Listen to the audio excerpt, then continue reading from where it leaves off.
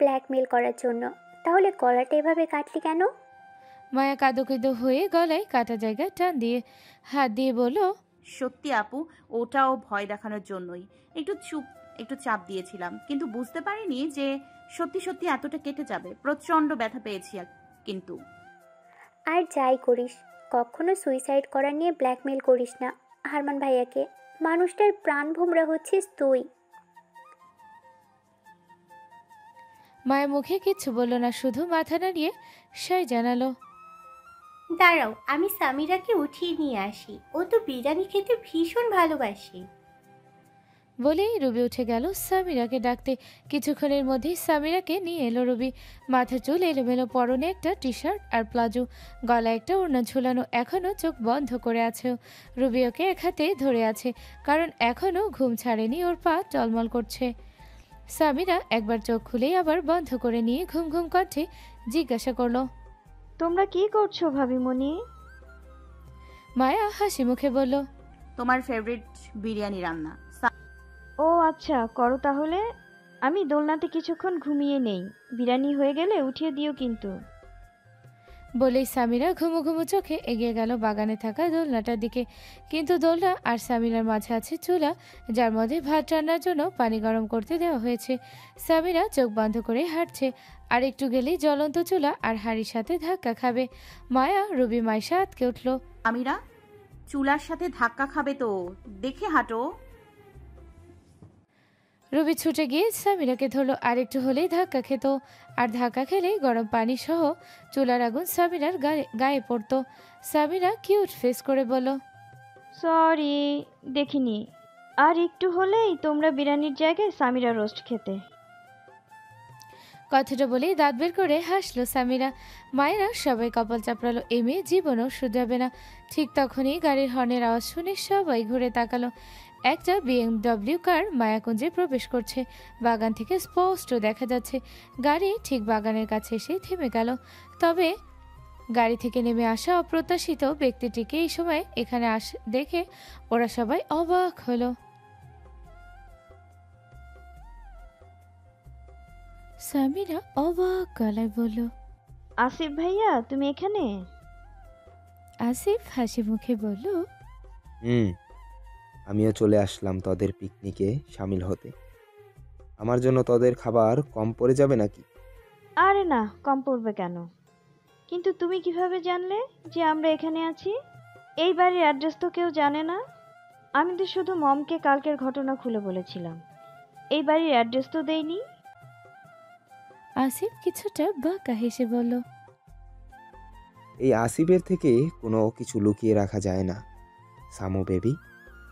সামিরা কিছুটা রাগান্বিত স্বরে বলল, আমাকে একদম বেবি বলবে না ভাইয়া, আমি বাচ্চা নই, যথেষ্ট বড় হয়েছি।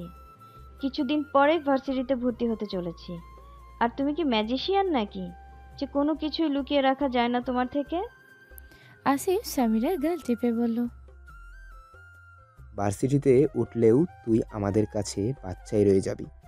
আর আমি ম্যাজিশিয়ান নই, তার থেকেও বেশি কিছু বলতে পারিস। সামিরা কিচ্ছু বলল না, মুখ ঘুরিয়ে চলে গেল। এদিকে আসিফে গিয়ে মায়েদের কাছে গিয়ে বসে পড়ল। তারপর বলল,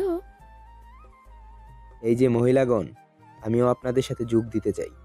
তার জন্য কি করতে হবে বলুন? আপনাকে কিছু করতে হবে না ভাইয়া, আমরা করে নেব, চিন্তা নেই। আরে তাই বললে হয়? পিকনিকে সবাই মিলে একসাথে কাজ করা মজাই আলাদা। সামিরা দাঁত বের করে হাসি দিয়ে বলল, হ্যাঁ ভাইয়া, একদম ঠিক বলেছ।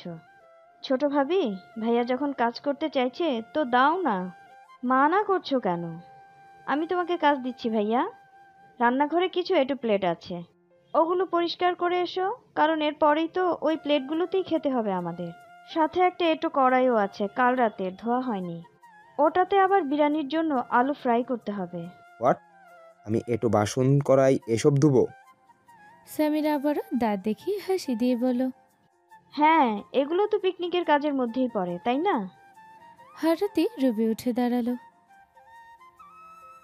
আমি পরিষ্কার করে নিয়ে আসছি কড়াই। কথাটা বলেই আর দাঁড়ালো না রুবি ওখানে, তাড়াহুড়ো করে চলে গেল। মনে হলো এখান থেকে পালিয়ে যেতে চাইছে যেন। সামিরা অবাক হয়ে বলল, আরে আমি তো এমনি এমনি বললাম এটা প্লেট আর কড়াইয়ের কথা। সত্যি সত্যি ধোয়া হয়নি নাকি? কিন্তু রহিমা খালা তো আছে এসব করার জন্য। আসিফ কেমন যেন চোখে তাকিয়ে রইল রুবির চলে যাওয়ার দিকে। এদিকে মাইশা একবার রুবি চলে যাওয়ার দিকে তাকাচ্ছে, তো আরেকবার আসিফের দিকে।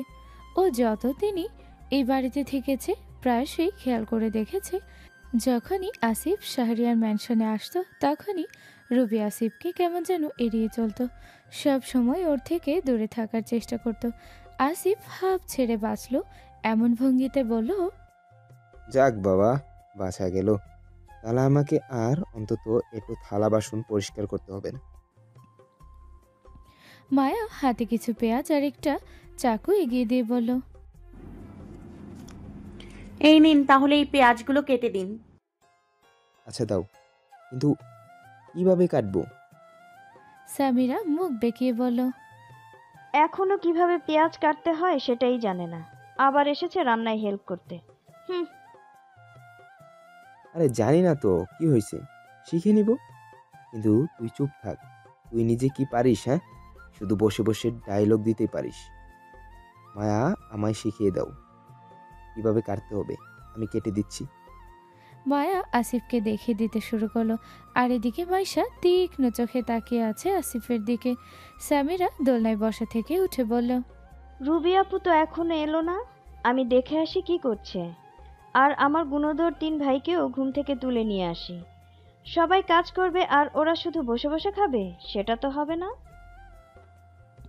বলেই সামিরা চলে গেল। ও কিচেনে গিয়ে দেখলো ওখানে রুবি নেই, তাই ওপরে গেল।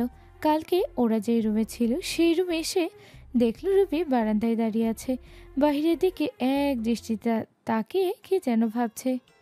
আপু তুমি এখনো কি করছো? তুমি না রান্নার জন্য কড়াই নিতে এলে? রুবি যেন চমকে উঠল। হ্যাঁ মানে ওই একবার রুমে এসেছিলাম ওয়াশরুমে যাওয়ার জন্য। আচ্ছা চলো যাই। বলেই রুবি হাঁটা দিল। সামিরা বলল, আরে দাঁড়াও, আগে চলো 3 বাদরকে উঠিয়ে আসি। রুবি চোখ বড় বড় করে বলল, ওদের দুজনকে বাদর বলছো ঠিক আছে, তাই বলে স্যারকেও? স্যার শুনলে তোমায় আস্ত রাখবে তো। সামিরা আমতা আমতা করে বলল, ইয়ে মানে আসলে টানে টানে বেরিয়ে গেছে। প্লিজ আপু বড় ভাইয়াকে বলো না, ভাইয়া জানতে পারলে আমাকে মনে হয় নুন ছাড়াই চিবিয়ে খাবে।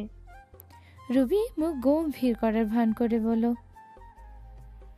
ঠিক আছে, এবারের মতো বলবো না, কিন্তু আর যেন না শুনি। ওরা তোমার অনেক বড় সামিরা, তাই তোমার উচিত ওদেরকে সম্মান দেওয়া। সামিরা মুখ বেঁকিয়ে বলল, বড় ভাইয়া সম্মান পাওয়ার যোগ্য, এতে কোনো সন্দেহ নেই। কিন্তু ওরা দুইজন যে বাদরামি করে আমার সাথে তার বেলায়, বিশেষ করে আবির ভাইয়া আর আয়ন ভাইয়া তো কেমন যেন হয়ে গেছে, চেনাই যায় না। আগে কত হাসি খুশি ছিল, আমরা 3 জন পুরো বাড়িটাকে মাথায় করে রাখতাম। এমনিতেই ছোট ভাবি মনির সাথে মনোমালিন্য, আবার তারপরে ছোট আম্মুর অমন একটা কাজ, আর তার পরিণতি। এত বড় শখ নিতে পারেনি উনি। ছেলে মানুষ তো, তাই ভিতরের কষ্ট কাউকে দেখাতেও পারে না, তাই এমন হয়ে গেছে উনি। সামিরা মন খারাপ করে বলল, হ্যাঁ আপু, একদম ঠিক বলেছো তুমি। কিন্তু জানো, আমার এখনো বিশ্বাস হয় না যে ছোট আম্মু এমন কাজ করতে পারে। আমারও বিশ্বাস হয় না, কিন্তু সমস্ত প্রমাণ তো ওনার বিরুদ্ধে। আচ্ছা বাদ দাও, মন খারাপ করো না, চলো সাদের উঠিয়ে আসি। চলো। ওরা রুম থেকে বেরোতেই যাবে, ঠিক তখনই কার যেন ফোন বেজে উঠল। সামিরা ভ্রু কুচকে বলল, কার ফোন বাজছে? তোমার নাকি আপু? না, আমার নয়, মনে হয় মাইশা ভাবির ফোন ওটা।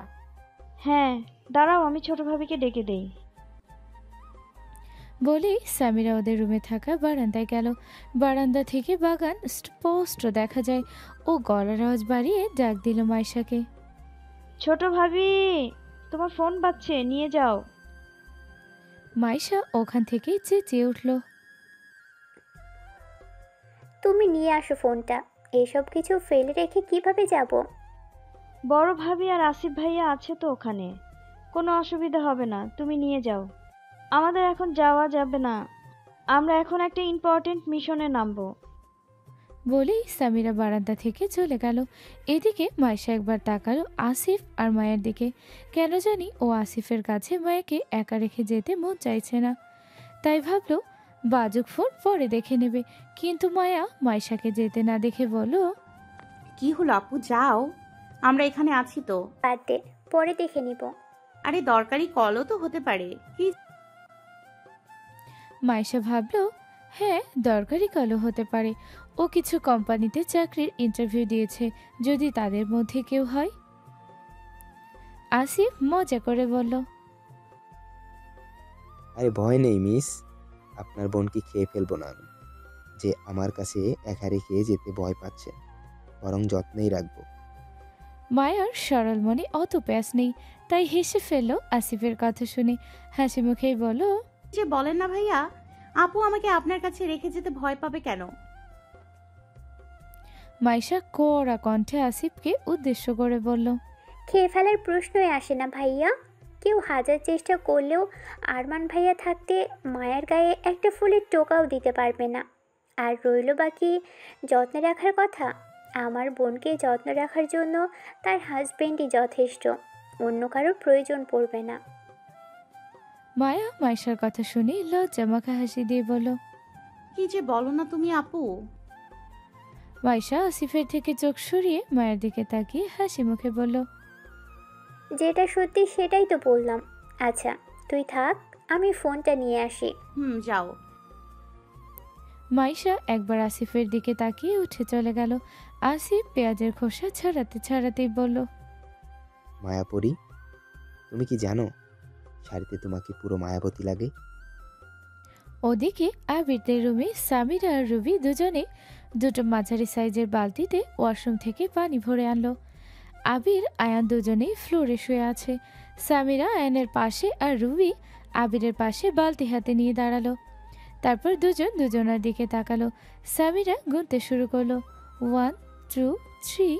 বলা শেষ হতেই দুইজন দুই হাতে বালতি তুলে আবির আর আয়ানের মুখে সমস্ত পানি বালতি উপর করে ঢেলে দিল। সাথে সাথে দুজন ধরপড় করে উঠে বসলো। আবির শোয়া থেকে উঠতে উঠতে চিৎকার করলো। আমি ওয়াশিং মেশিনে ঢুকে গেছি, কেউ বের কর আমায়। এদিকে আয়ান ঘুমের ঘরে চিৎকার করলো, আবির ব্রো, সুনামি এসেছে, চলো পালাই পালাই। ওদের দুজনের চিৎকারে বেডে শুয়ে থাকা আরমানও ধরফড় করে উঠে বসলো। আর এদিকে সামিরা আর রবি হাসতে হাসতে অবস্থা শেষ। সামিরা তো আরমানের পায়ের তলা বেডে শুয়ে পড়েছে হাসতে হাসতে, আর রবি সোফায় বসে পেট চেপে ধরে হাসছে। ওদের দুজনের হাসির আওয়াজে পিটপিট করে তাকালো আবির আর আয়ান। এরপর ঘুম ছাড়তেই দুজন দুজনের দিকে বোকা চোখে তাকালো। ওরা বুঝলো কি ঘটেছে এখানে। আবির রাগে দাঁত কিরমির করে উঠতে উঠতে বলল, শামুকের বাচ্চা শামুক, আজ তোর একদিন কি আমার একদিন। বলতে বলতেই আবির তেড়ে যেতে লাগলো সামিরার দিকে। কিন্তু বেচারার ভাগ্য এতটাই খারাপ যে মেঝেতে পানি থাকায় তাড়াহুড়ো করে হাঁটার ফলে পা পিছলে ধপাস করে পড়লো আয়ানের উপর। আয়ানও নিজের ভারসাম্য হারিয়ে মেঝেতে পড়ে গেল। আয়ান কাঁদো কাঁদো গলায় বলল, আল্লাহ গো, বাঁচাও আমায়, কাল থেকে পড়তে পড়তে জীবন শেষ। ব্রো, তোমার ওই হাতির মতো শরীরটা সরাও আমার উপর থেকে। সামিরা আর রবি এমনিতেই হাসছিল, এখন আবার ওদের অবস্থা দেখে আরও হাসতে শুরু করলো। হাসতে হাসতে দম বন্ধ হয়ে যাওয়ার জোগাড়। ওদের অবস্থা দেখে গম্ভীর আরমান নিঃশব্দে হেসে ফেলল। কিন্তু তারপরই ও মুখে গম্ভীর ভাব টেনে নিয়ে গম্ভীর গলায় বলল, সামিরা, এগুলো কোন ধরনের মজা? সামিরা হাসতে হাসতে বলল, এগুলো একজনকে ওয়াশিং মেশিনে ঢুকানো আর একজনের উপর সুনামি আশ্রে ফেলার ধরনের মজা। সামিরা এই বলে হাসতে হাসতে উঠে পড়ল বিছানা থেকে। এরপর রবিকে উদ্দেশ্য করে বলল, আপু চলো পালাই, না হলে ওরা ধরতে পারলে অবস্থা শেষ করে দেবে। বলেই সামিরা রবির হাত ধরে রবি আরও মিলে এক ছুটে বেরিয়ে গেল। আবির চেঁচিয়ে উঠল, একবার শুধু তোদের পাই, বুঝিয়ে দেব মজা করা কাকে বলে। এদিকে মাইশা মোবাইল হাতে নিয়ে বেরোতেই দেখলো মাইশা আর রুবি আবিরদের রুম থেকে বেরিয়ে ছুটে যাচ্ছে হাসতে হাসতে। ও কিছুটা অবাক হলো, আবিরদের রুমের দিকে এগিয়ে গেল দেখার জন্য। আবির আর আয়ানের অবস্থা দেখে ও অবাক গলায় জিজ্ঞেস করলো, এ কি, আপনাদের এ অবস্থা কিভাবে হলো? ভিজলেন কিভাবে? আছে না একটা বিচ্ছু, রুবিকে সাথে নিয়ে এই অবস্থা করেছে ওদের। তোরা যা ভিজে জামাগুলো পাল্টে নে, না হলে ঠান্ডা লেগে যাবে। এরপর আরমান মাইশাকে উদ্দেশ্য করে বলল, মাইশা, আমার রুমে ওয়ার্ড্রোবে দেখো, শার্ট, টি শার্ট, প্যান্ট সব আছে। মায়াকে বলো ওদের জন্য বের করে দিতে। আচ্ছা চলো, আমি যাচ্ছি, তুমি একটু এনে দেবে। তারা দরকার নেই ভাইয়া, আপনারা উঠছিলেন না, তাই মায়া সিদ্ধান্ত নিয়েছে আজকের দিনটা এভাবেই কাটাবে এবং তার জন্য সবার জামা কাপড় ওই বাড়ি থেকে আনিয়েছে। ওই যে ওই ব্যাগটায় ওনাদের জামা প্যান্ট আছে, বড় আম্মু সব ভরে দিয়েছে। আরমান বিছানা থেকে নামতে নামতে বলল, ও আচ্ছা, মায়া কোথায়? ওকে দেখছি না যে। নিচে আছে ভাইয়া, বাগানে পিকনিকের ব্যবস্থা করেছে পাগলিটা, তাই এখন বাগানে রান্না করছে। ওয়াও, পিকনিক, তাও আবার বাগানে! দারুণ মজা হবে তাহলে। আমি যাই, তাড়াতাড়ি ফ্রেশ হয়ে নিই। মাইশা, আমার টি শার্টটা একটু বের করে দিও তো ব্যাগ থেকে। বলেই আবির ছুট লাগালো ওয়াশরুমের উদ্দেশ্যে। আয়ান চেঁচিয়ে উঠল, ওই ব্রো, আমি আগে যাব, দাঁড়াও। আয়ানের কথা শেষ হওয়ার আগেই আবির ওয়াশরুমে ঢুকে দরজা বন্ধ করে দিল। আরমান বলে উঠল, তুই মাইশাদের রুমে ওয়াশরুমে চলে যা, আমি আমার রুমে যাচ্ছি। আয়ান মাথা নাড়িয়ে সাই জানালো। এরপর ও যেখানে ওদের জামা কাপড়ের ব্যাগ রাখা আছে সেদিকে এগিয়ে গেল জামা বের করার উদ্দেশ্যে। মাইশা সেটা দেখে বলল, আপনি যান, আমি আপনার ড্রেস নিয়ে আসছি। নিজের কাজ আমি নিজেই খুব ভালো করতে পারি, কারোর হেল্পের প্রয়োজন নেই। মাইশা অসহায় চোখে তাকালো। ওকে যে আর কত অবহেলা সহ্য করতে হবে আল্লাহ ভালো জানেন। আরমান বিরক্ত কণ্ঠে আয়ানকে উদ্দেশ্য করে বলল, আয়ান, মাইশা বলল তো ও নিয়ে যাচ্ছে তোর জামা। পুরো ভিজে আছিস, এই অবস্থায় বেশিক্ষণ থাকা ঠিক নয়। তুই যা, ও নিয়ে যাচ্ছে। আর এভাবে কতদিন চলবে? মানুষ মাত্রই ভুল করে, কিন্তু সে যখন তার ভুল বুঝতে পেরেছে অবশ্যই তাকে আরেকটা সুযোগ দেওয়া উচিত। তাই বলবো যত তাড়াতাড়ি সম্ভব সব ঠিক করে দে, এভাবে জীবন চলে না। আয়ান একবার তাকালো মাইশার দিকে। মাইশা মাথা নিচু করে রেখে নিঃশব্দে চোখের পানি ফেলছে। আয়ান কোনো কিছু না বলেই নির্বিকার ভঙ্গিতে রুম থেকে বেরিয়ে গেল, জামা প্যান্ট না নিয়েই। মাইশা ওটা দেখে এগিয়ে গিয়ে ব্যাগ থেকে জামা বের করতে শুরু করলো। এদিকে আরমান একটা দীর্ঘশ্বাস ছেড়ে বেরিয়ে যেতে নিল রুম থেকে। ঠিক তখনই মাইশা পিছন থেকে ডাক দিল। ভাইয়া। আরমান পিছনে ঘুরে উত্তর দিল, কিছু বলবে? হ্যাঁ, মানে আসিফ ভাইয়া এসেছে নিচে বাগানে। মায়া এতক্ষণ একা ছিল ওনার সাথে, এখন মনে হয় রুবি আপু আর সামিয়া গিয়েছে। আরমান অবাক হলো। হোয়াট? আসিফ এখানে কিভাবে আসলো? উনি ওই বাড়ি গিয়েছিলেন আগে, আমরা সবাই এখানে আছি শুনে উনিও এসেছেন, এটাই বললেন। আরমান চিন্তিত গলায় বলল, তুমি ওর কাছে মায়াকে একা ছাড়লে কেন? তুমি তো জানোই সব কিছু। আসলে আমার ফোনটা রুমে ছিল, কল এসেছিল তাই। আচ্ছা, আমি দেখছি। বলেই আরমান বেরিয়ে গেল রুম থেকে। এদিকে তখন মাইশা একবার আসিফের দিকে তাকিয়ে উঠে চলে গেল। আসিফ পেঁয়াজের খোসা ছাড়াতে ছাড়াতেই বলল, মায়াপরি, তুমি কি জানো শাড়িতে তোমাকে পুরো মায়াবতী লাগে? আসলে মায়া ঘুম থেকে উঠে ফ্রেশ হয়ে শাড়ি পরেছিল। আরমানের রুমে আরমানের আরও বিভিন্ন ড্রেস রাখা, তার মধ্যে এই হলুদ এক রাঙা জর্জেটের শাড়িটা ওর ভীষণ পছন্দ হয়েছিল, তাই এটাই গায়ে জড়িয়ে নিয়েছে। প্লিজ ভাইয়া, মায়াবতীটা বলবেন না, এটা উনি ডাকে, আর আমি চাই এই ডাকটা একান্তভাবে ওনারই থাক। আর সবার আড়ালে মায়া পড়িও বলে ডাকার দরকার নেই। সবার সামনে যেমন মায়া বলে ডাকেন, তেমন সবার আড়ালেও মায়া বলে ডাকলেই খুশি হব। মায়াবতী না হয় নাই বললাম, কিন্তু তুমি কি জানো সেই প্রথম যেদিন তোমাকে দেখেছি সেদিন থেকেই তোমাকে মায়াপরি বলেই ডাকি আমি। তোমার তো আগের কিছুই মনে নেই। তোমার সাথে আমার খুব ভালো বন্ধু সম্পূর্ণ সম্পর্ক ছিল আগে। তুমি অসুস্থ হওয়ার পর আমি কিছুদিনের জন্য বিদেশে চলে যাই, আর আফসোস ধীরে ধীরে হারিয়ে ফেলি তোমার মতো মিষ্টি বন্ধুটাকে। তোমার স্মৃতি থেকে সব কিছু মুছে যাওয়ার পর আমি তোমাকে সময় দিতে পারিনি, তাই তুমি আমাকে একেবারেই বলে গেলে। যখন অসুস্থ ছিলে তখনও তুমি আমার সাথে খুব ফ্রেন্ডলি মিশতে, কিন্তু ওই যে হঠাৎ করে লন্ডন চলে যাওয়ায় ভুলে গেলে আমাকে। ধীরে ধীরে সুস্থ হয়ে উঠলে ঠিকই, কিন্তু অসুস্থ থাকার সময়কালের ঘটনাগুলো ভুলে গেলে। কিন্তু অসুস্থ থাকার সময় কালেও কিছু কিছু ঘটনা মনে আছে আমার। আসিফ আফসোসের সুরে বলল, আর সেই কিছু কিছু ঘটনার মধ্যে আমি নেই। হ্যাঁ, আমার স্মৃতি অনুযায়ী এই নিয়ে 3 বার দেখা হলো আপনার সাথে। হ্যাঁ, আর আগের 2 বার তো তুমি আমার সাথে কথাই বলনি, শুধু বিরক্ত হয়ে ইগনোর করেছো। মায়া কিছুটা লজ্জিত হয়ে বলে উঠল, কিছু মনে করবেন না ভাইয়া, তখন আমার মাথা ঠিক ছিল না, কি করতাম কি ভাবতাম নিজেও বুঝতে পারতাম না। আরে এতে গিলটি ফিল করার কিছু নেই, জানি আমি সব কিছু। তবে জানো তো, আমি না ভাবতে পারিনি যে তুমি এত তাড়াতাড়ি সব ভুলে আরমানকে মেনে নেবে। এতে মেনে না নেওয়ার কি আছে ভাইয়া, উনি যথেষ্ট ভালোবাসেন আমায়, আমার চাওয়ার থেকেও বেশি। আচ্ছা মায়া, আদৌ কি আরমান তোমাকে সব ঘটনা খুলে বলেছে? মানে তোমার সাথে ওর করা অন্যায়গুলো? ভাইয়া সব বলেছে, উনি কিচ্ছু লুকাননি আমার থেকে, আর এটাই হচ্ছে সব থেকে বড় কারণ ওনাকে মেনে নেওয়ার। কিন্তু তোমার তো আগের কোনো ঘটনাই মনে নেই, তাহলে কিভাবে বিশ্বাস করলে যে ও যা বলেছে সব সত্য?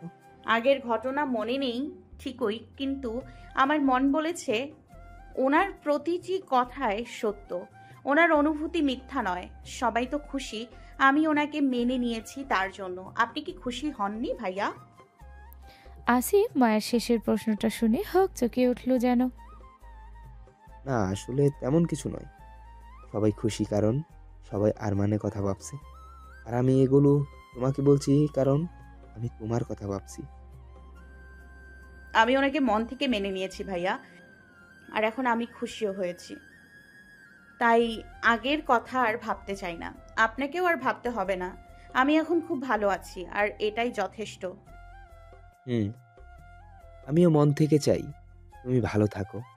আচ্ছা মায়া, তুমি কি জানো তোমার সাথে আরমানের বিয়ের 1 বছর পর আরমান তোমাকে ডিভোর্স দিয়েছিল? আর তাই এগুলোও বলছি আমি। তোমার বাবার অসুস্থতার সময় তুমি একা প্রচন্ড অসহায় হয়ে পড়েছিলে। সব জানি আমি, উনি আমাকে সব কিছুই বলেছে। এবার অসুস্থতার সময় খুব খারাপ পরিস্থিতিতে পড়েছিলাম আমি, সেই খারাপ পরিস্থিতিতে পড়ে কিছু ভুল কাজও করতে গিয়েছিলাম, সেখান থেকে উনি আমায় ফিরিয়ে এনেছেন। আমাকে কষ্ট দিয়েছে ঠিকই, কিন্তু একদিক দিয়ে সে কতটা উপকার করেছে তা বলার ভাষা নেই। আর এই বিষয়ে কেউ জানে না, কালকে জানতে দেয়নি উনি, কিন্তু আমাকে জানিয়েছে। আসিফ কৌতূহল মিশ্রিত গলায় জিজ্ঞাসা করল, কি সেই বিষয়? আমি কি জানতে পারি? না ভাইয়া, এই বিষয়টা কাউকে জানানোর মতো নয়, এতে আমি ছোট হব। মিথ্যা জোর, প্লিজ জোর করবেন না, এটা আমাদের মধ্যে থাকতে দিন। আচ্ছা, তুমি বলতে না চাইলে জোর করব না। মায়া মুখে হাসি নিয়ে বলল, ধন্যবাদ ভাইয়া। আর ডিভোর্সের বিষয়টা বললেন না, ওটাও জানি আমি। আপনি হয়তো কিছুটা ভুল জানেন, উনি আমাকে ডিভোর্স দিয়েও দেননি। মানে ডিভোর্স পেপার পাঠিয়েছিল ঠিকই, কিন্তু উনি সাইন করেননি, অথচ আমি সাইন করে দিয়েছিলাম। আর উনি মায়াকে ডিভোর্স দিতে চেয়েছিলেন, কিন্তু মায়াবতীর জন্য, আর সেই পিচ্চি মায়াবতী কিন্তু আমি। ঠিক তখনই সামিরা রুবি ছুটতে ছুটতে চলে আসে, আর যার কারণে আসিফের মুখে বিরক্তিকর ভাব ফুটে ওঠে। মায়া ওদেরকে দেখে বলে, কোথায় ছিলে তোমরা এতক্ষণ? এখনো রান্নার জোগাড় করাই শেষ হলো না, রান্না কখন হবে? মাইশা আপু গিয়ে থেকে গেল। সামিরা মায়ের গলা জড়িয়ে ধরে বলল, আমার কিউট পিউট ভাবিমণি রাগ করে না প্লিজ। এই তো আমরা চলে এসেছি, ভাইয়াকে উঠিয়ে দিয়েছি ঘুম থেকে, ওরাও এক্ষুনি চলে আসবে। সবাই একসাথে কাজ করলে খুব তাড়াতাড়ি শেষ হয়ে যাবে, দেখো। ঠিক তখনই গটগট পায়ে উপস্থিত হলো আরমান। গম্ভীর গলায় মায়াকে ডেকে উঠল। মায়া, রুমে আসো একবার, দরকার আছে। মায়া আরমানকে দেখে অবাক গলায় বলল, এই কি আপনি এখনো ফ্রেশ হননি? এভাবে নিচে চলে এসেছেন? আর আরমানের মুখে ফুটে উঠল বিরক্তির ভাব। গম্ভীর গলা আরো কিছুটা গম্ভীর হয়ে উঠল। আমি তোমাকে ওখান থেকে উঠে আসতে বলেছি, কথা কানে যায় না? আরে বাবা, আসছি। এত রেগে আছেন কেন? হঠাৎ কি হলো আপনার? আরমান কোনো উত্তর দিল না। মায়া ওর কাছে গিয়ে দাঁড়াতেই আরমান ওর হাত ধরে গটগট পায়ে হাঁটতে শুরু করলো। আরমানের পায়ের সাথে পা মিলাতে গিয়ে রীতিমতো দৌড়াতে হচ্ছে মায়াকে। আসিফ কেমন যেন চোখে তাকিয়ে রইল ওদের চলে যাওয়ার দিকে। এদিকে মায়া বিরক্ত হয়ে বলল, আরে এভাবে টানছেন কেন? দেখছেন তো শাড়ি পরে আছি, হাঁটতে কষ্ট হচ্ছে। ইতিমধ্যে ওরা বাড়ির ভিতর প্রবেশ করেছে। আরমান হঠাৎই থেমে গিয়ে এক ঝটকা মায়াকে কোলে তুলে নিল। তারপর নির্বিকার ভঙ্গিতে হাঁটা শুরু করলো। আরে কি করছেনটা কি? এই আপনি আমায় এভাবে যখন তখন কোলে তুলে নিচ্ছেন কেন? হ্যাঁ, আরমান নির্লিপ্ত ভঙ্গিতে জবাব দিল, এই না বললে তোমার শাড়ি পরে হাঁটতে কষ্ট হচ্ছে? সেটা তো আপনি টানছিলেন তাই। প্লিজ নামান, কেউ দেখে ফেলবে।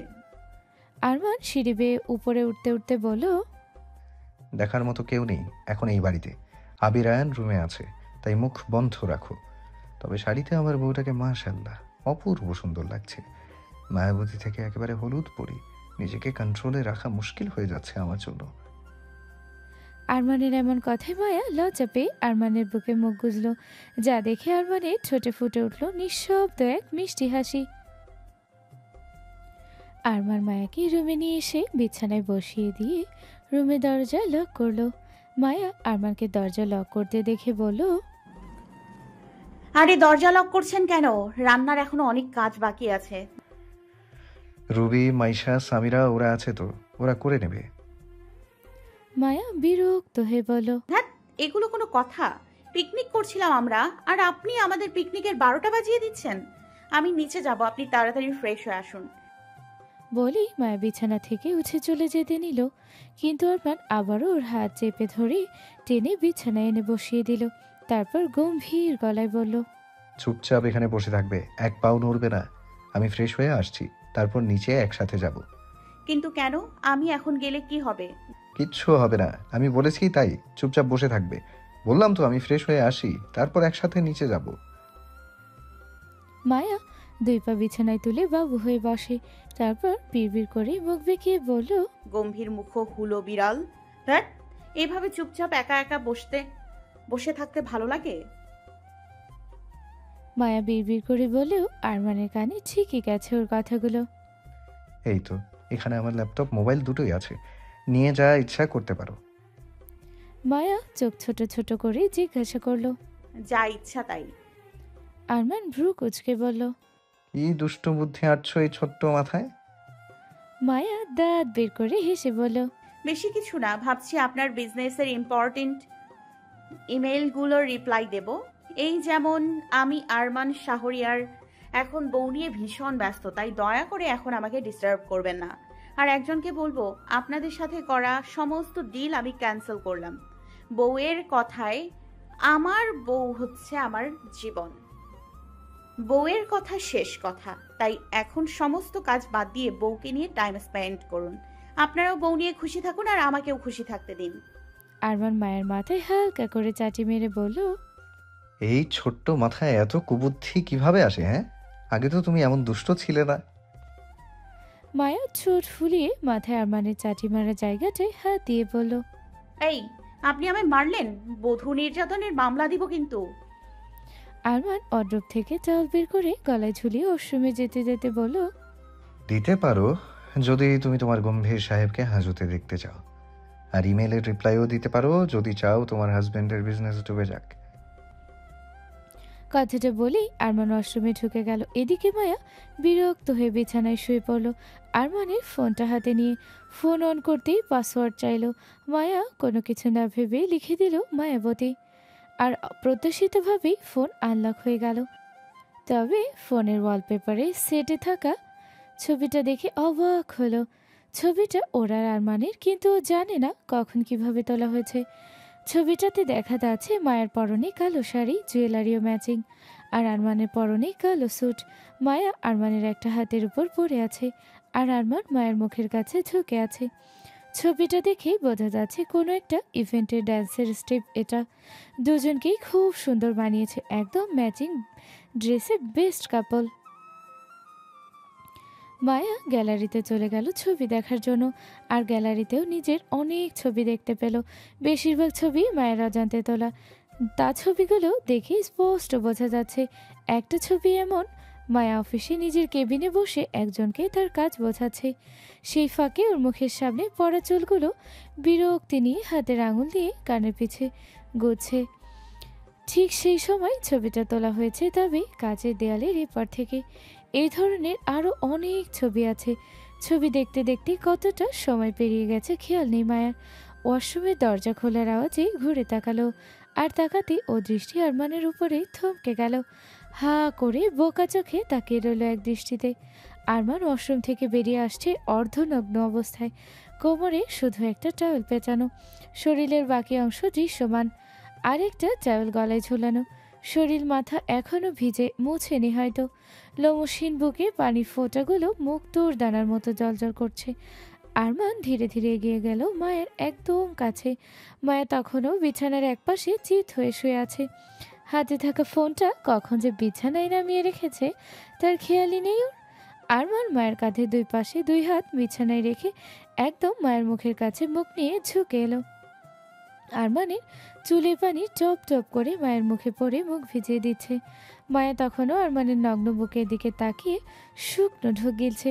আরমান নিঃশক্ত কণ্ঠে ফিসফিস আওয়াজে বলল, জান, এইভাবে তাকিয়ে থাকলে নিজেকে কিভাবে কন্ট্রোল করব? জানি আমি তোমার হাজবেন্ড হিসেবে ভীষণ হ্যান্ডসাম, তাই বলে তাকে এইভাবে চোখ দিয়ে গিলে খাবে? কথাটা বলেই আরমান ওর মাথাটা ঝাঁকিয়ে দিল। ওর চুল থেকে অনেকগুলো পানির ফোঁটা মায়ের মুখে পড়ল। আরমানের এমন কথায় লজ্জা পেয়ে নাকি চুলের পানি চোখে পড়ায় মায়ের সাথে সাথে চোখ বন্ধ করে নিল। তা আরমানের জানা নেই। মায়ের শ্বাস প্রশ্বাসের গতি গভীরভাবে বেড়ে গেছে, বুক হাঁপড়ের মতো ওঠানামা করছে।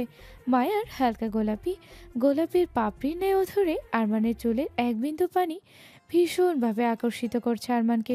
একটা শুকনো ঢোক গেল আরমান। না, আর নিজেকে ধরে রাখতে পারল না। অজানা এক মোহের বশে ধীরে ধীরে নিজের দুই পুরুষালী ঠোঁট দিয়ে মায়ার নরম মধুর আবদ্ধ করে নিল। হঠাৎই কেঁপে উঠল মায়া, কিন্তু বাধা দিল না আরমানকে। যেন এই স্পর্শটুকু ওরও প্রয়োজন ছিল বহুদিন ধরে। এক তৃষ্ণার্ত পথিকের ন্যায় দীর্ঘ মরুভ্রমণের শেষে হঠাৎ স্বচ্ছ ঝর্ণার কাছে পৌঁছে যাওয়া, যেখানে প্রথম চুমুকেই শুকিয়ে যাওয়া প্রাণে ছড়িয়ে পড়ে অনাবিল শান্তি ও এক সীমাহীন তৃপ্তি। বেশ কিছুক্ষণ মায়ের ঠোঁটের মিষ্টি সুধা পান করার পর ধীরে ধীরে নিজের ঠোঁট সরিয়ে নিল আরমান। মায়ের চোখ তখনও বন্ধ, চোখের পাপড়িগুলো তীর তীর করে কাঁপছে। লজ্জায় দুই গালে লাল আভা ছড়িয়ে পড়েছে। আরমান তখনও ঝুঁকে আছে মায়ের উপর, এক দৃষ্টিতে তাকিয়ে মায়ের মুখের দিকে। এরপর হঠাৎই আরমান উঠে পড়ল, তারপর দুই হাত দিয়ে মায়াকেও এক ঝটকায় উঠে বসিয়ে দিল। মায়ার নিজেকে ধাতস্থ করার সময়টুকু দিল না আরমান।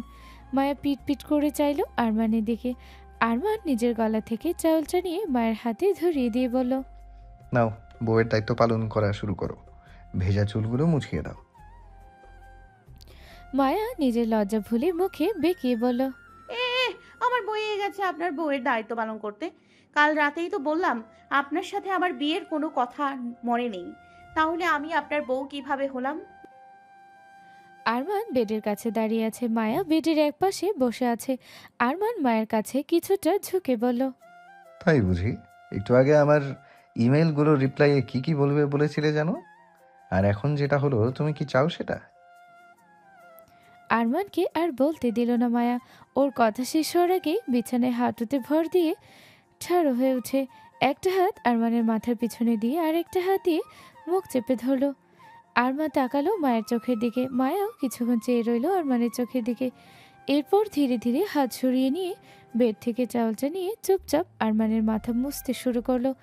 আরমান বাঁকা হেসে বলল, সোজা আঙ্গুলে ঘি না উঠলে আঙ্গুল বাঁকাতে কিভাবে হয় তাই আরমান শাহরিয়ারের খুব ভালো করে জানা আছে।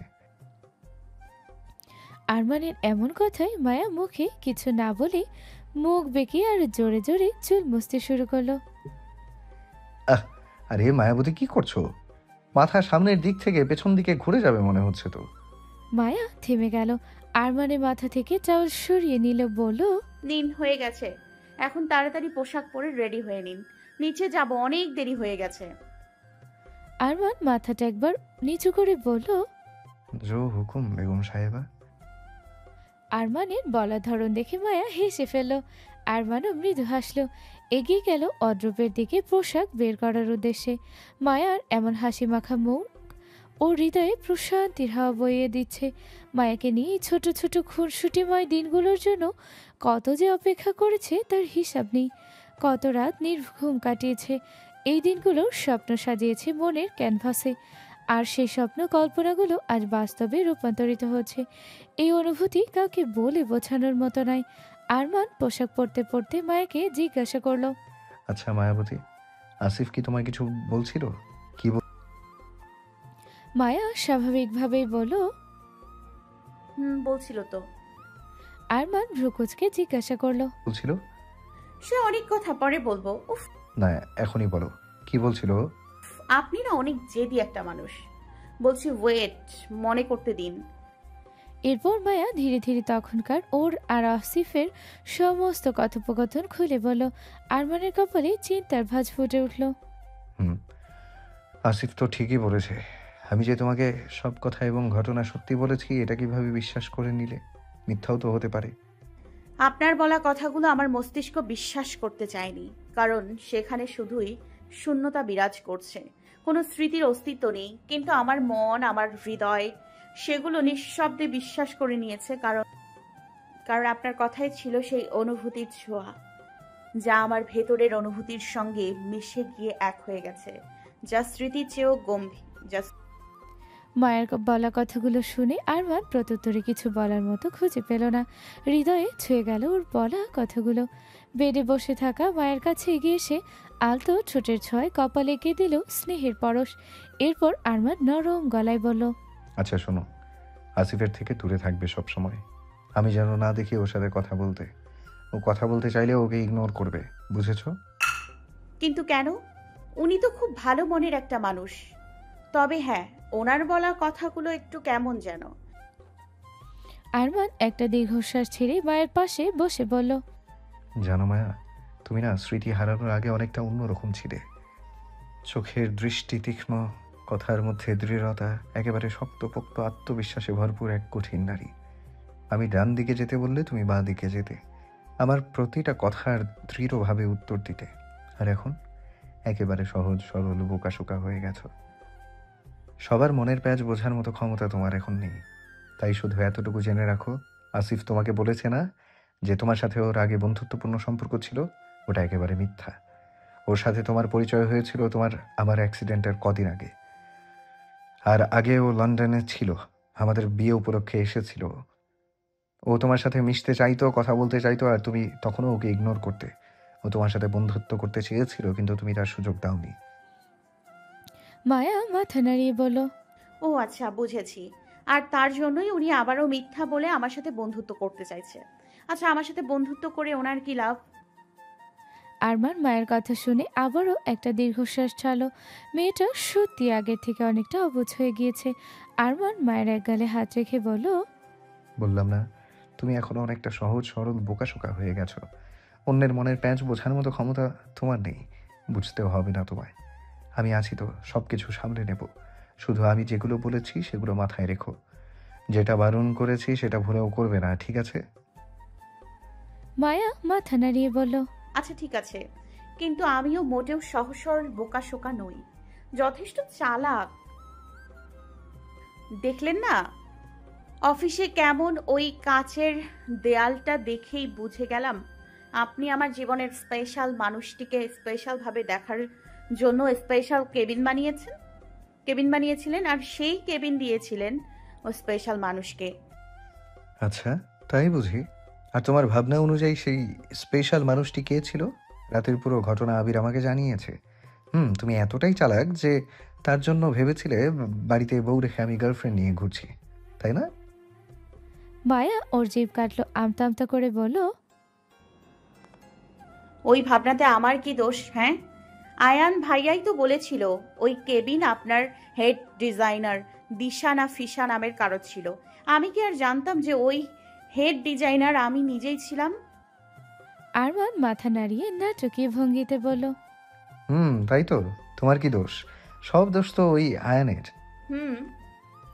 এরপর মায়া কিছু মনে পড়েছে এমন ভঙ্গিতে বলে উঠল, এই যে আমার পিকনিক, ধ্যাত, কত দেরি হয়ে গেল আপনার সাথে কথা বলতে বলতে, আমার খেয়ালই নেই। এই তাড়াতাড়ি চলুন। বলেই মায়া তাড়াহুড়ো করে উঠে দাঁড়ালো নিচে যাওয়ার জন্য। আরমানও বিছানা থেকে উঠে দাঁড়িয়ে মায়ের হাত টেনে ধরলো, যার কারণে বিরক্ত হয়ে মায়া পিছনে ঘুরে জিজ্ঞাসা করলো, আবার কি হলো? হ্যাঁ কি বলেছি মনে আছে তো? আসিফের থেকে একদম দূরে থাকবে। হ্যাঁ মনে আছে, দয়া করে এবার তো চলুন। হ্যাঁ চলো। এরপর আরমান একটা দুষ্টু হাসি দিয়ে জিজ্ঞাসা করলো, আচ্ছা মায়া, বলছি তুমি তো এখনো শাড়ি পরে আছো, হাঁটতে পারবে তো? মায়া ঝটকায় আরমানের থেকে দূরে সরে গিয়ে বলল, এই একদম না, আর নয়, আমি বেশ হাঁটতে পারবো, শুধু কাছে আসার ধান্দা। বলেই মায়া দরজা খুলে বেরিয়ে গেল। আরমান মৃদু হাসলো, এরপর বড় বড় পা ফেলে এগিয়ে গেল মায়ের কাছে। মায়ার ছোট্ট নরম হাতটা নিজের শক্ত হাতের মুঠোয় ধরে হাঁটা শুরু করলো। মায়া বিরক্ত হয়ে বলল, উফ, বাচ্চা নই আমি যে হাত না ধরলে পড়ে যাব। তুমি তো আমার কাছে বাচ্চাই, গুনে গুনে 8 বছরের ছোট আমার থেকে। আমার বাচ্চা বউ, পিচ্ছি মায়াবতী, এভাবেই সারা জীবন তোমার হাত ধরে আগলে রাখতে চাই। আরমান আর মায়া একসাথে নিচে নামতেই বাগানের অবস্থা দেখে মায়া থমকে দাঁড়ালো। কিছুক্ষণ সে হাসবে নাকি কাঁদবে বুঝে উঠতে পারল না। চারপাশে একেবারে লঞ্জভঞ্জ, মনে হচ্ছে রান্নার বদলে যুদ্ধক্ষেত্র তৈরি হয়েছে। আয়ানকে আলুর খোসা চারাতে দেওয়া হয়েছিল, কিন্তু জীবনে কোনোদিন এমন কাজ করেনি সে। ফলে খোসার সাথে অর্ধেক আলুও বাদ দিয়ে ফেলে দিচ্ছে। এক একটা আলু যেন চিকন হয়ে অদৃশ্য হয়ে যাচ্ছে। মায়া অবাক হয়ে তাকিয়ে বলল, আরে আয়ান ভাইয়া, তুমি আলুর খোসা ছাড়াচ্ছ নাকি আলুর জানাজা পড়াচ্ছ?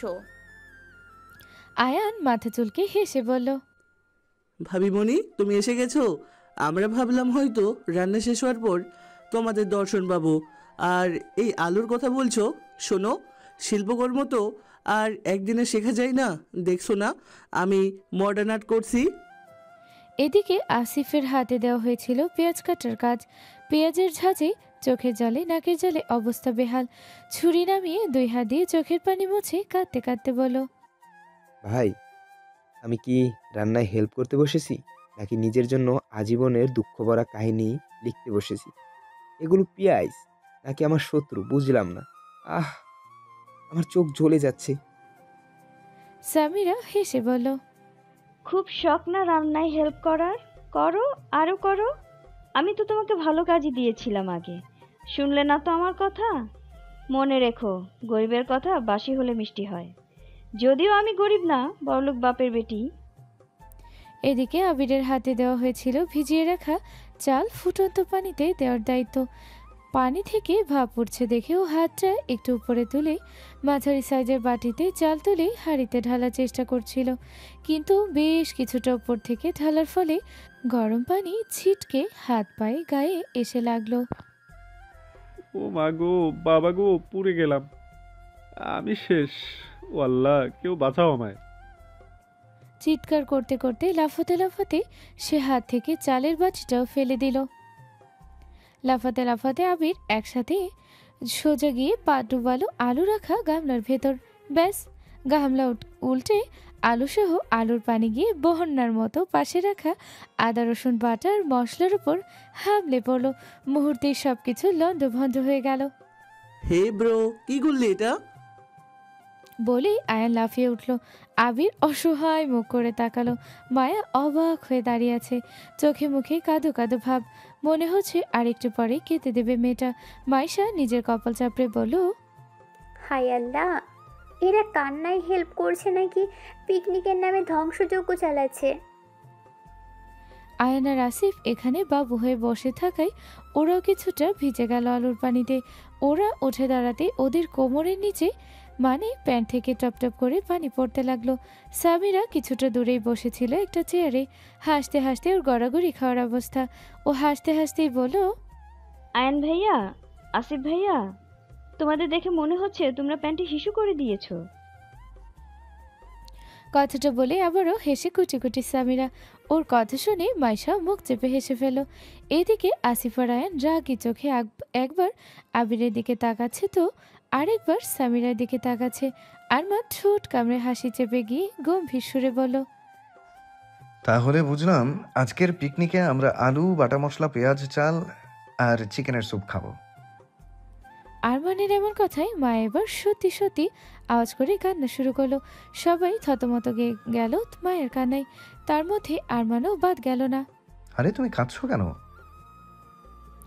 মায়া কাঁদতে কাঁদতেই বলল, দিল আমার শখের পিকনিকের 12টা বাজিয়ে দিল। আরমান মায়াকে নিজের দিকে ঘুরিয়ে ওর চোখের পানি মুছিয়ে দিয়ে বলল, এসবের কি দরকার ছিল বলো তো? রেস্টুরেন্টে থেকে অর্ডার করে খাবার আনিয়ে নিলেই তো পারতে। তোমার যা ইচ্ছে সব পেয়ে যেতে সেখানে। কাঁদতে কাঁদতে হঠাৎ ঝাঁঝালো কঞ্চে বলে উঠল মায়া, হ্যাঁ, আপনি তো কোটিপতি মানুষ। এসি রুমে পায়ের ওপর পা তুলে বসে যা অর্ডার করবেন পেয়ে যাবেন।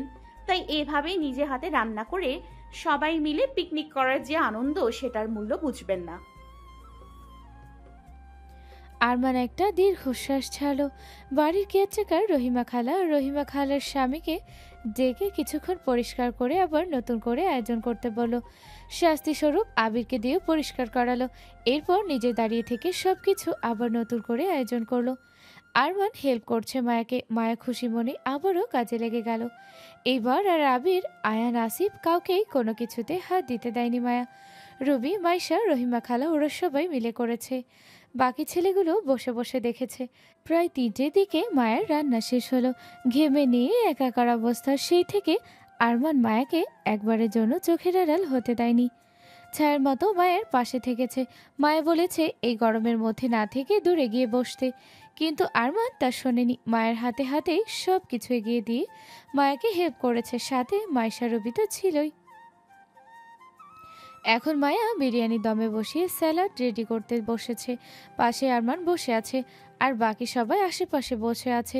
আসিফ চোখ বন্ধ করে খুব জোরে শ্বাস টেনে বিরিয়ানির ঘ্রাণ শুকে বলল, আহ, অনেক সুন্দর ঘ্রাণ বেরিয়েছে। আর কতক্ষণ লাগবে মায়া?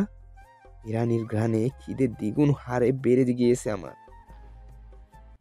তোর খিদে বেড়ে গিয়েছে আর আমার পেটে ইঁদুর ছুঁচো সব যুদ্ধ শুরু করে দিয়েছে। সেই যুদ্ধে ইঁদুর ছোচো শহীদ হয়ে মারা গিয়ে পেটের মধ্যে থেকেই দুর্গন্ধ ছড়াচ্ছে। ছি, কি গন্ধ! সামিরা নাক সিটকে বলল শেষের কথাটা। আবির দাঁত মুখ খিচিয়ে বলল, শামুকের বাচ্চা শামুক, তুই চুপ থাক, তোকে তো আমি পরে দেখে নেব। এখনো সেই প্রতিশোধ নেওয়া বাকি আছে। সামিরা মুখে কিছু না বলে ভেঙচি কাটলো। মায়া আসিফের কথায় কোনো রিপ্লাই না দিয়ে পাশে থাকা আরমানের দিকে তাকালো। আরমান ওর দিকে তাকিয়ে আছে শান্ত চোখে। নিচে আসার পর থেকে আসিফ অনেকবার চেষ্টা করেছে মায়ের সাথে কথা বলার, কিন্তু মায়া ইগনোর করেছে আসিফকে। এই তো ভাইয়া, সব তো হয়ে গেছে।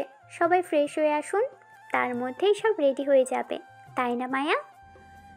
আপু যান, সবাই ফ্রেশ হয়ে আসুন। আরমান অবাক গলায় বলল, ফ্রেশ হয়ে আসবে মানে? খাবো কোথায়? এই ফাঁকার মধ্যে? হ্যাঁ অবশ্যই, তাছাড়া আবার কোথায় খাবো? বাগানে মাদুর পেতে বসে সবাই একসাথে খাবো, এটাই তো মজা। হোয়াট? এখানে এইভাবে খেতে হবে? চেয়ার টেবিলের ব্যবস্থা করি অন্তত। মায়া বিরক্ত হলো প্রচন্ড। এই আপনি এমন কেন? হ্যাঁ যান, আপনাকে খেতে হবে না। আমরা সবাই এখানে খাবো আর আপনি বাড়ির ভেতর ডাইনিং টেবিলে বসে খাবেন, হয়েছে শান্তি। আরে আমি কখন বললাম যে আলাদা খাবো বাড়ির ভেতর? জাস্ট বললাম যে এখানে টেবিল চেয়ারের ব্যবস্থা করি। না, অত ভালো আপনাকে করতে হবে না। কোনো চেয়ার টেবিল লাগবে না আমাদের, বুঝেছেন? আরমান অসহায় ভঙ্গিতে মাথা নাড়ালো। এরপর মায়া মাইশাকে উদ্দেশ্য করে বলল, আপু, বাড়ির পেছন দিকে কলা গাছ দেখেছি আমি, সেখান থেকে কলা পাতা নিয়ে আসার ব্যবস্থা। কিন্তু মায়াবতী, কলা পাতা? মায়া আরমানের দিকে তাকাতেই আরমান থেমে গেল। কথা শেষ না করে মায়া ভ্রু কুঁচকে বলল, কি হলো, থেমে গেলেন কেন? চলুন, কি বলতে যাচ্ছিলেন? বলুন কি বলতে যাচ্ছিলেন। না কিছু না। থাক, তুমি তোমার কাজ চালিয়ে যাও। মায়া মাইশার দিকে ঘুরে বলল, তুমি তো আবার একা পারবে না আপু।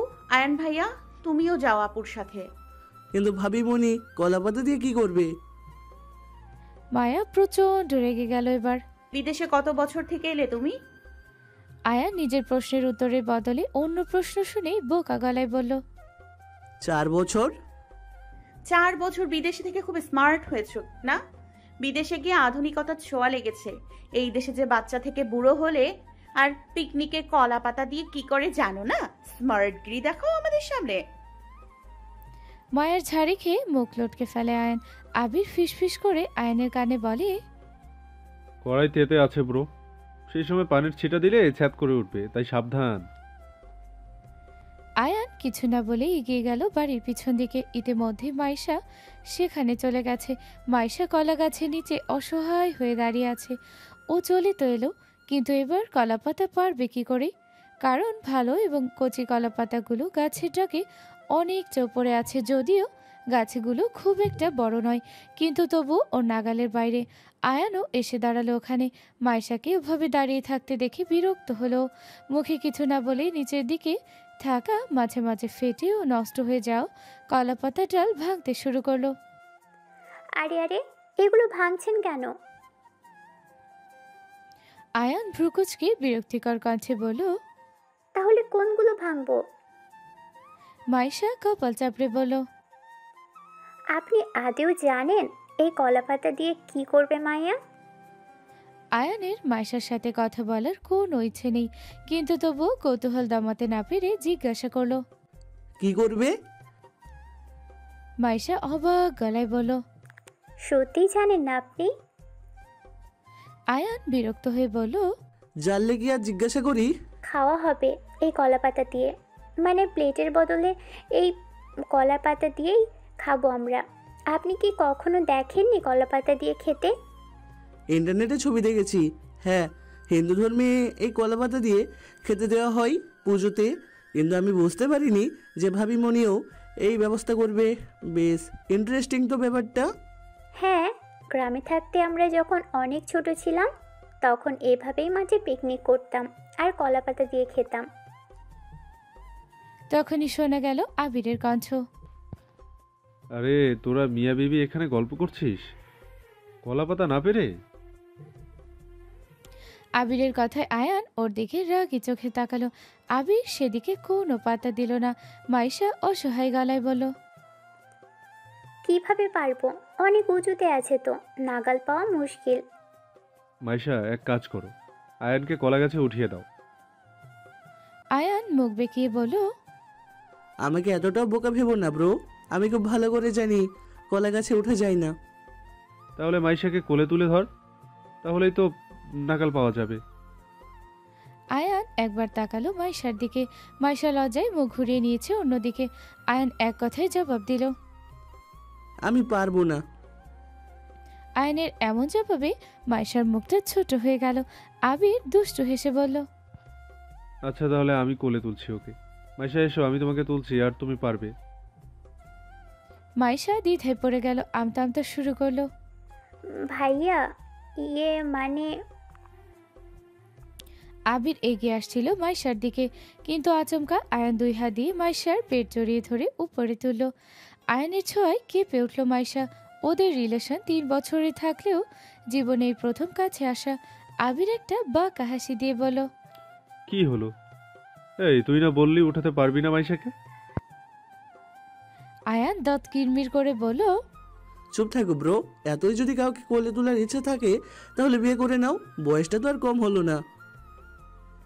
আবির একটা দীর্ঘশ্বাস ছেড়ে নাটকীয় ভঙ্গিতে বলল, আমার দুঃখটা তুই বুঝলি রে ভাই।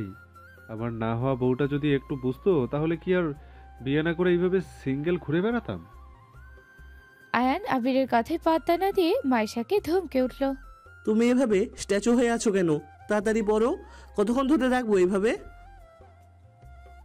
মাইশা আয়ানের ধমকে নিজের ঘর থেকে বেরিয়ে এলো যেন। ও তাড়াতাড়ি হাত বাড়িয়ে কলাপাতার ডাল ধরে টানাটানি শুরু করলো। বেশ কিছুটা শক্ত হওয়ায় ভাঙছে না, কিন্তু মাইশা তার চেষ্টা চালিয়ে যাচ্ছে। এদিকে মাইশা খুব বেশি নড়াচড়া করায় আয়নের তুলে ধরে রাখতে অসুবিধা হচ্ছে। আরে এভাবে তো নড়ছো কেন? পড়ে যাবে তো। কলাপাতা পড়েছো নাকি? কলাপাতার সাথে যুদ্ধ শুরু করেছো। নিজেও পড়বে, আমাকেও ফেলবে। তখনই শোনা গেল রুবির কণ্ঠ। জানতাম এই অবস্থাই হবে। এটা নাও আপু, আর এক চোট মারো, দেখো কেটে যাবে। রুবির হাতে একটা মাঝারি সাইজের দা। এটা আবার কোথায় পেলে তুমি? রহিমা খালা থেকে নিয়ে এসেছি। সবাই ফ্রেশ হয়ে এসে বাগানে মাদুর পেতে গোল হয়ে বসেছে। এই বাড়ির দারোয়ান আর রহিমা খালাও, তার স্বামীও বাদ যায়নি। তাদেরকেও ডেকে এনেছে মায়া। সবাইকে নিজের হাতে পরিবেশন করলো মায়া। পরিবেশন করা শেষ হতেই আরমান মায়াকে উদ্দেশ্য করে বলল, তুমিও বসো, খেয়ে নাও। সবার খাওয়া হয়ে গেলে আমি খেয়ে নেব। তুমি না বললে পিকনিকে সবাই একসাথে বসে খাওয়ার মজাই আলাদা? এখন তুমি কেন বাদ যাবে? খেয়ে নাও, সব তো রাখাই আছে। যার যা দরকার পড়বে নিজে নিয়ে নেবে। হ্যাঁ আপু, তুমিও খেতে বসো, না হলে পিকনিকের মজা কি হলো? সবার জোড়াজড়িতে মায়াও খেতে বসে গেল আরমানের পাশে। পরের দিন সন্ধ্যায় মায়া শাহরিয়ার ম্যানশনের ড্রয়িং রুমের সোফায় মুখ ভার করে বসে আছে। বাড়ির বড়রাও আছে, সবাই যে যার মতো গল্প করছে। ঠিক তখনই ওখানে উপস্থিত হলো আসিফ।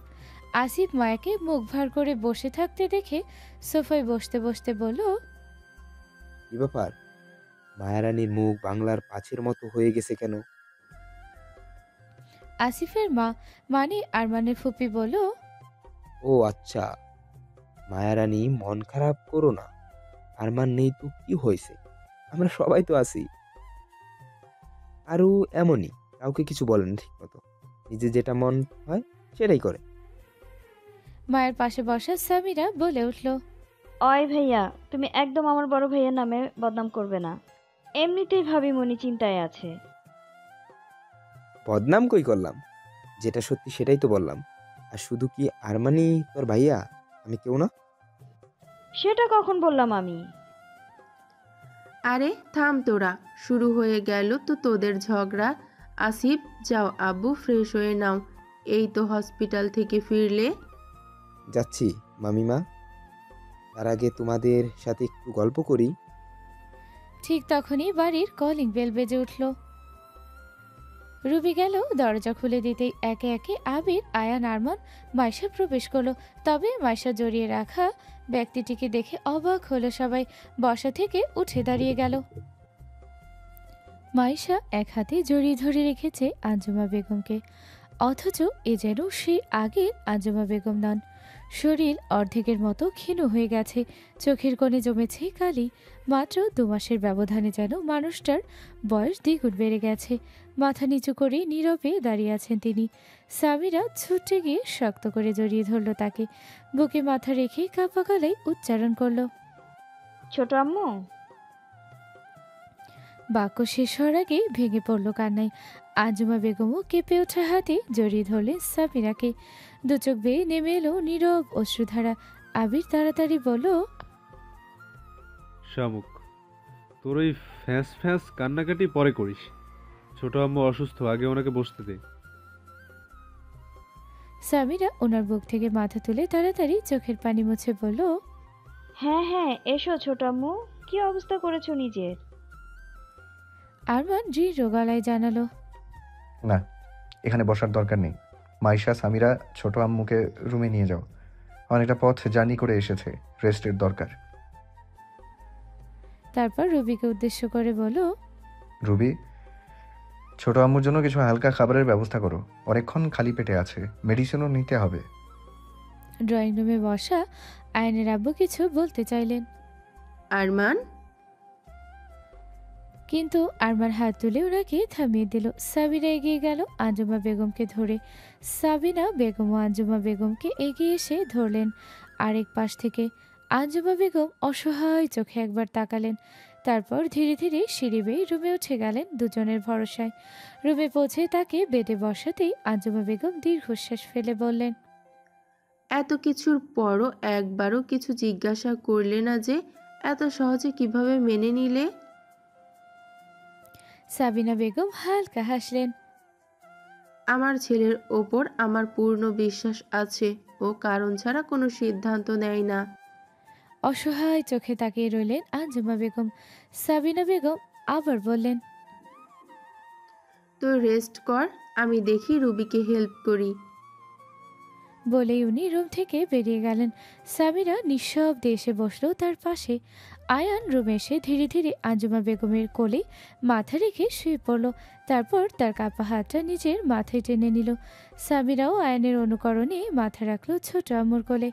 অন্য হাতটা নিয়ে রাখলো নিজের মাথায়। আঞ্জুমা বেগম হাসলেন বটে, অথচ সে হাসি যেন চাপা কষ্টে রূপ নেওয়া এক দীর্ঘশ্বাস।